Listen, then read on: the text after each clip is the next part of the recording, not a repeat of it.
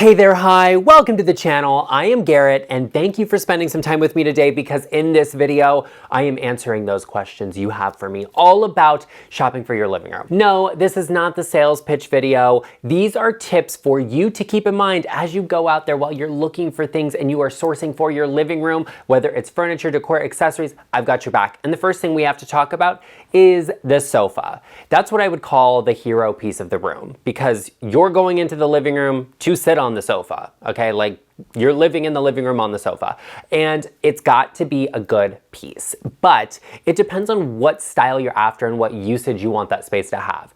I'm going to assume that you already know kind of what you're after, whether you want a sectional, whether you want a sofa and chairs, or how you're going about staging the room and what furniture pieces you're looking for. Now, if you don't and you're having trouble figuring out what you need or what sort of layout you want, be sure you check out my living room layout video linked right up here and in the description box down below to really guide you in the path to figuring out the layout for your space. And I offer my design consultations where I can have a look at your space and tell you what I think will work best for you. So be sure you check that out in the description box too. However, when you're looking for the sofa, there are quality points we have to talk about, and there's also functionality. So if you're looking for a sofa in your living room, there's lots of styles out there you could get. Like this sofa, for example, in my studio here is a single bench style sofa, meaning it's only got one cushion on it. And not having multiple cushions on the back or on the seat means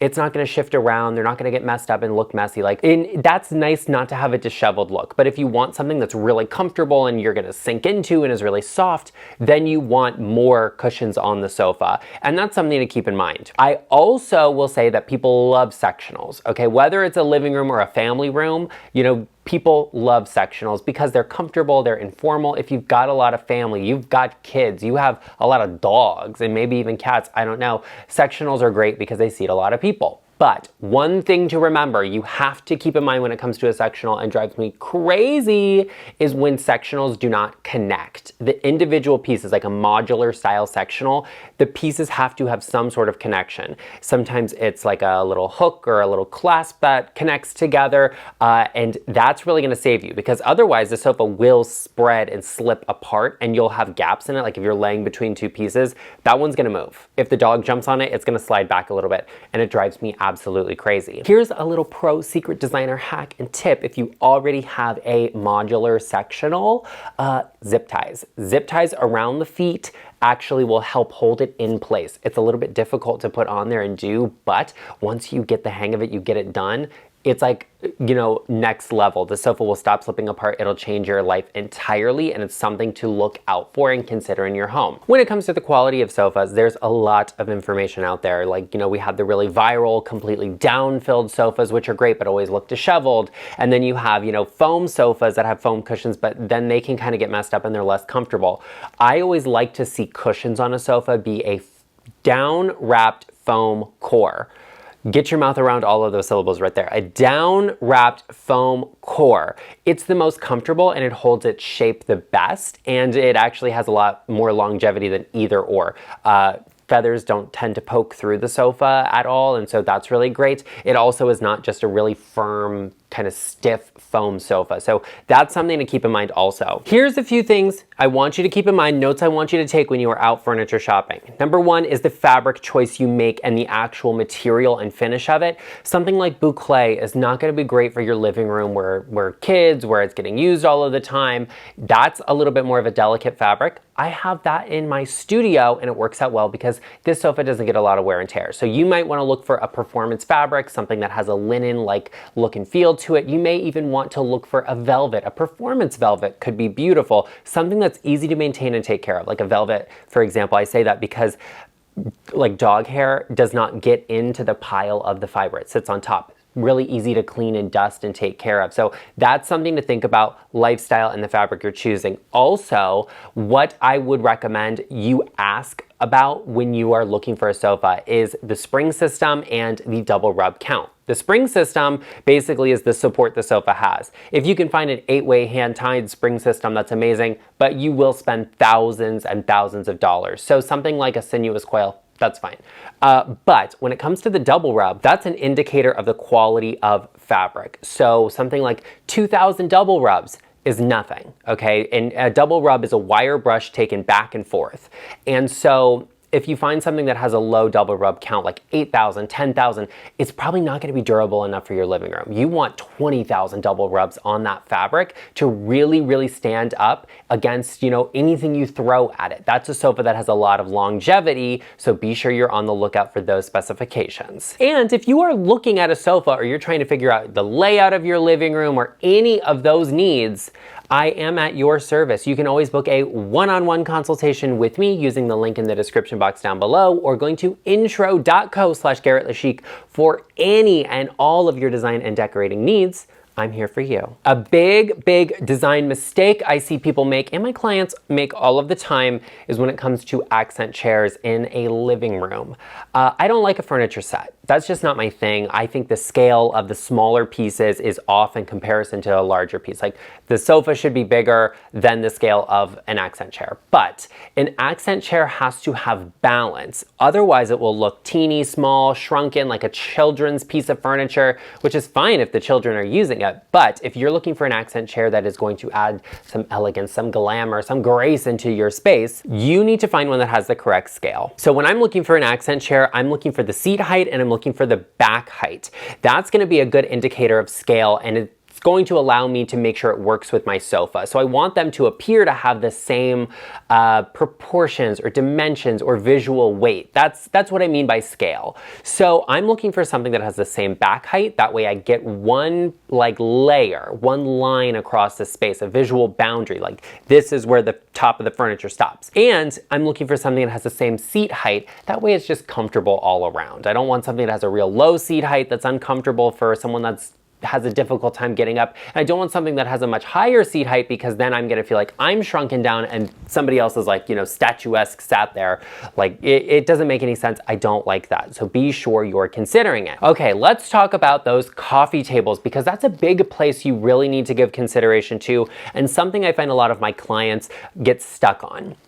I think it depends on the flow of a living room and the sofa you have. So if you have a sectional, you gotta have a round coffee table, because I don't want those sharp edges. It creates a really tight corner that you can't get into. Something round, something oval shaped is wonderful. For example, in my studio here, I have to access the door outside. I have a balcony here, so I need to access that. Having a round coffee table works really well for me, but to balance out the linear feel of the sofa, I stack and layer two pieces together. I have a coffee table and I have an ottoman. This works out for me because it allows flow and it creates a good sense of balance and scale in this space. You can do the same thing with your living room. So if you have a long sofa, look for a coffee table that's like 3/4 of the length of that, right? So if you have something like an 8-foot sofa, you might want to look for a coffee table that's around that 5-foot long number. And that sounds like a lot, but in reality, it actually isn't. So be sure you're thinking about it and what you can do in your space. And look out for what's out there and interesting. I love a vintage coffee table. That's my place, okay? That's what I love. I love a vintage table and new upholstery, because upholstery is expensive to have redone, but a table can be just wiped down and cleaned easily, and that works out well. So look at what is out there and it's going to work for your space. Personally, I like a coffee table that is at a minimum level with the seat of a sofa. I think that's the place it should be, if not taller. Personally, I like something that's a little taller. I think it's more glamorous to sit there and it's kind of elevated, you know, set a coffee cup down or a cup of tea or whatever you're doing in the living room. So in my living room, I have an 8-foot sofa. The coffee table is about 5 feet long and it's 21 inches tall, as where the seat height of my sofa is about 16 inches. So there's a good amount of difference there and I can use it. It's very functional and I absolutely love it. It creates a good sense of scale and balance in my space. That's what you need to be after in your home. Now, I am a lighting person. As a designer, it's my favorite thing. It's one of the things I think makes or breaks a space. Great lighting is key, is essential. There is no conversation about this, okay? You have to have great lighting. And when it comes to lamps in your space, I think you have opportunities. One is to add something that creates depth, that creates some layering to the space. Maybe it's a slightly darker take on a color you already have. It's an interesting texture. I love an antique piece repurposed or recycled as a lamp. I think that's really great, or a vintage lamp itself. But when it comes to the lighting, the height, the size, the scale of that matters. For an overhead light, got to be on a dimmer switch, okay? The overhead lighting is gonna kill your space if you're using that all of the time. It has to have a dimmer switch, and quite frankly, I only use my overhead lighting if I like drop something on the floor and I'm looking for it, or if I'm like reading or something like that, I might turn it on if it's like really small text, but otherwise I don't really use it. It's more just for the vibes. Lamps are what I use. That is my everything. Lamps and sconces are my favorite things ever. But I do not ever want to see a bulb. Seeing a bulb is gonna be so harsh. And it's just like, you know, if you have a lamp and it's like I'm sat here and I can see the bulb of it underneath the shade while you're sitting down, it's gonna give me a migraine, it's not gonna be comfortable, and I don't like that. So be sure you're thinking about what type of lamps and the size of them, the size of the table they're on, the size of the shade they have on them. Make sure all of it fits and works so you can thoroughly enjoy your space without seeing a light bulb. It's a mood killer. At a minimum, you need 3 sources of lighting, 3 different sources of lighting. So your overhead, a lamp, and a floor lamp. That's the baseline there, but I would also say add one in every corner. I mean, most of the rooms in my house, I have 5 and 6 sources of lighting, and sometimes it's not even enough. I prefer 8, but that's just me because I love lamps and lighting. As many alternative sources of lighting as you can add as possible are great. No, your fireplace lighting doesn't count, and neither do those windows. Hey, you made it this far in the video. I know you are loving what you are hearing, and you know it's correct. We are elevating your home. We are saving the world from bad design, which is why I would love it if you joined us, you hit that subscribe button, you took a moment. It costs you absolutely nothing, but it means the world to content creators like me. We would love to have you as a part of our Le Chic family.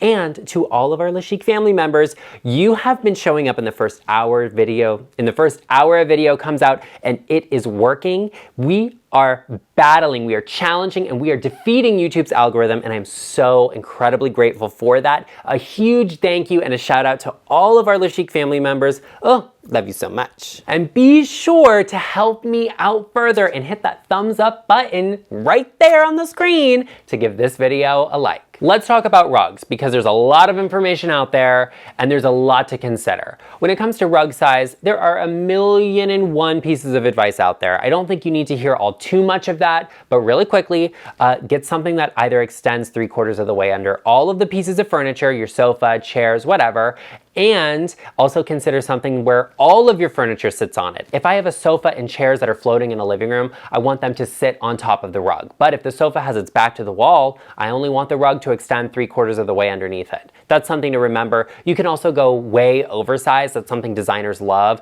like a jute or a sisal rug with a contrasting border trim that's really fit perfectly in the room. Like, the style of rug is going to be sometimes difficult to pinpoint. And I find that a lot of clients of mine are like, I just don't know what to do for the rug because there's so much out there. I don't know what I want. Do I want something modern? Do I want something really traditional? Do I want a solid color? There's so much out there. And I think you have to create a sense of balance in your space. If you've got a patterned sofa or chairs or heavy upholstery, it could be better for you to go with a rug that's a little bit more neutral or less contrasting, not adding another pattern into the space, because it can feel very heavy to have a lot of stuff going on at the same time. So look for something that's maybe two-toned, or it might even be a bleached vintage rug. It could be a solid color rug. Those are all great to consider. What I will say, however, is that a rug with a pattern hides a lot of accidents, mistakes, if you drop something on it, if you get a stain on it, if the dog has an accident on it, or if your kids have an accident on it. I don't know what's going on at your house, honey. But pattern rugs can hide a lot, and I think that's really wonderful too. So if you have more neutral or solid colored upholstery pieces, that could be the time to add a rug with a pattern to it. It comes down to color in a space. I like color to work in a certain way, and I think the easiest rule to keep in mind is 3 colors and 3 different ways. So let's say you have a white sofa and you have a white accent chair. Okay, so we have 1 color there. What color are the walls? They're white. Great.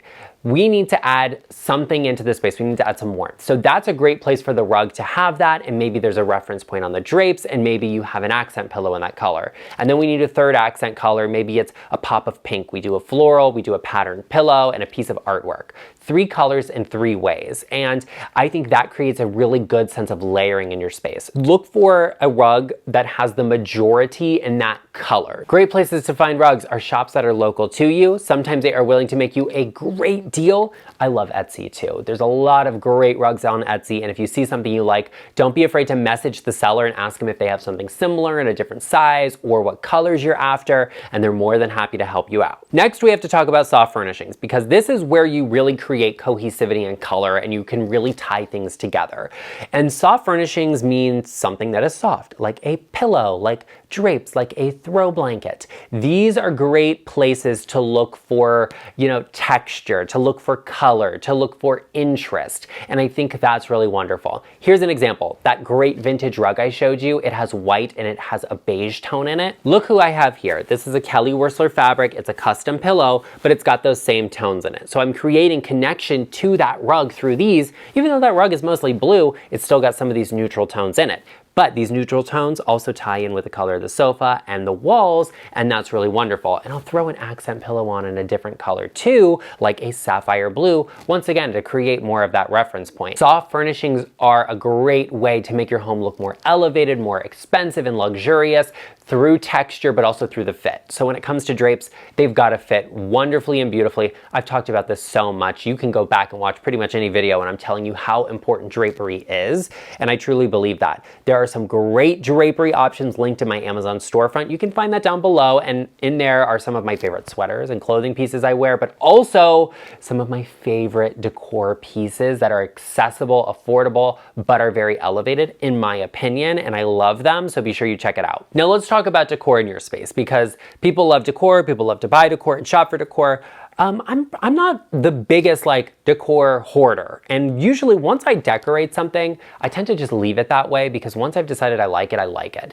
A lot of my decor is actually collections. I collect things like Jasperware, I collect crystal vases. I just think that's really pretty and I like it. I collect coffee table books. So I'm going to use those in my decor and accessorizing in interesting ways, unique ways, or unexpected ways. So for a coffee table, I love to have at least one on the coffee table opened. A lot of design content creators, or design commentators, we will say, are like, don't have family photos in your home. Literally, if my family lives here, there will be pictures of us in this house. I love family photos. I love to see them all over the place. Give me a gallery wall of family photos. Give me frames all over the mantle and on the bookshelves. I love it. I don't want a home to feel staged. I don't want it to feel like it's overly designed and too perfect, because then it doesn't feel like anybody lives there. I want to see, what book are you reading? Leave it out on the coffee table. Use things you love as decor, and it will never be dated, and you don't have to replace it, which saves you in the long run, but makes your home feel more personal to you. Now we've talked about how to find things and buy things and shop for your living room.